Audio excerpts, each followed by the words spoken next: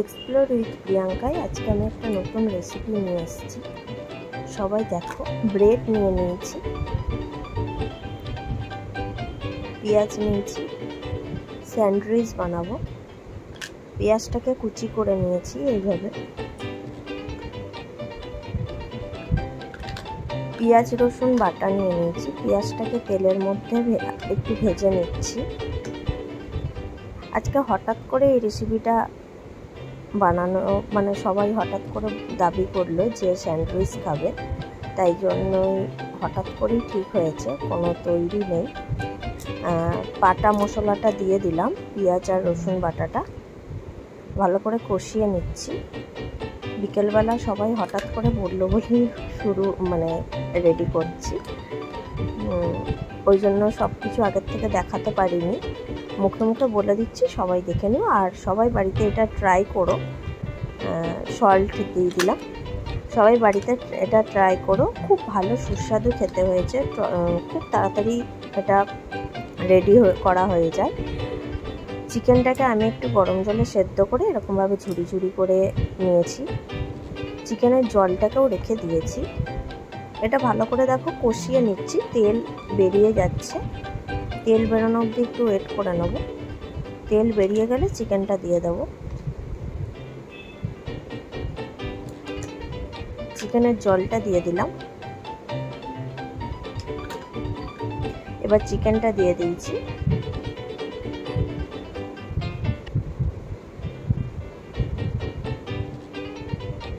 এটা বাচ্চাদেরকে টিফিনেও দিতে পারো, বা বিকেলে যদি কেউ টিফিন করতে চায় তার জন্য, বা বাড়িতে কোনো গেস্ট এলে তাড়াতাড়ি রেডি করেও দেওয়া যায়, বেশিক্ষণ টাইম লাগে না। একটুখানি গোলমরিচ আমি গুঁড়ো করে দিচ্ছি।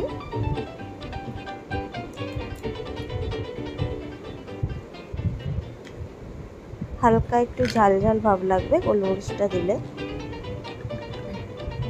এবারে আরেকটু কষিয়ে নিচ্ছি মাংসটাকে। একটু বাড়িয়ে দিলাম গ্যাসটা। একটু হালকা চিনি দিলাম, অল্প একটু চিনি।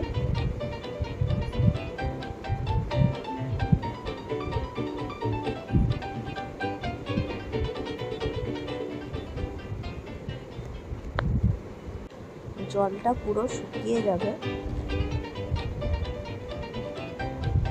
দেখো আমার জলটা অনেকটাই প্রায় শুকিয়ে গেছে, আর একটু শুকিয়ে যা, ভাজা ভাজা হয়ে যাবে।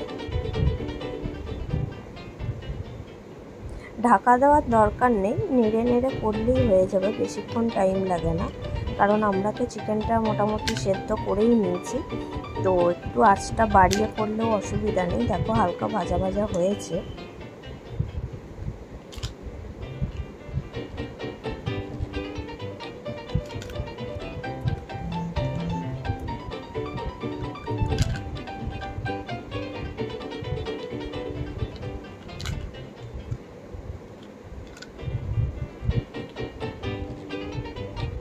নাড়াচাড়া করে যেতে হবে লাস্টের দিকে, কারণ একটু লেগে যেতে পারে, লাল ভাবটা একদিকে বেশি হয়ে যাবে, খেতে ভালো লাগবে না কড়া হয়ে গেলে।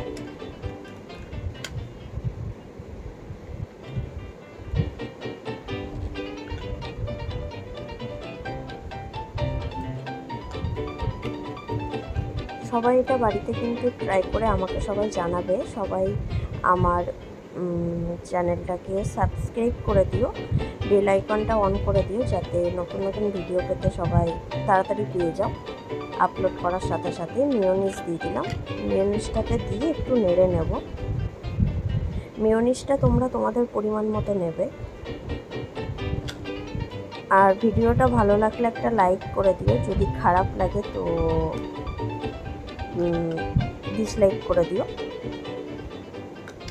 আর প্লিজ সবাই আমার চ্যানেলটাকে সাবস্ক্রাইব করে দিও, নতুন নতুন ভিডিও পেতে বেল আইকনটা অন করে দিও। একটু বাটার দিয়ে আমি ব্রেডগুলোকে ছেঁকে নেব।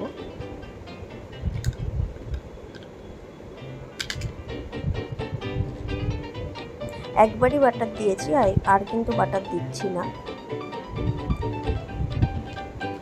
এবার খুব হালকা ছাকবে, কিন্তু দেখো বাটারটার মধ্যে কোনো পোড়া ভাব নেই, হালকা করে ছেঁকে নিয়েছি।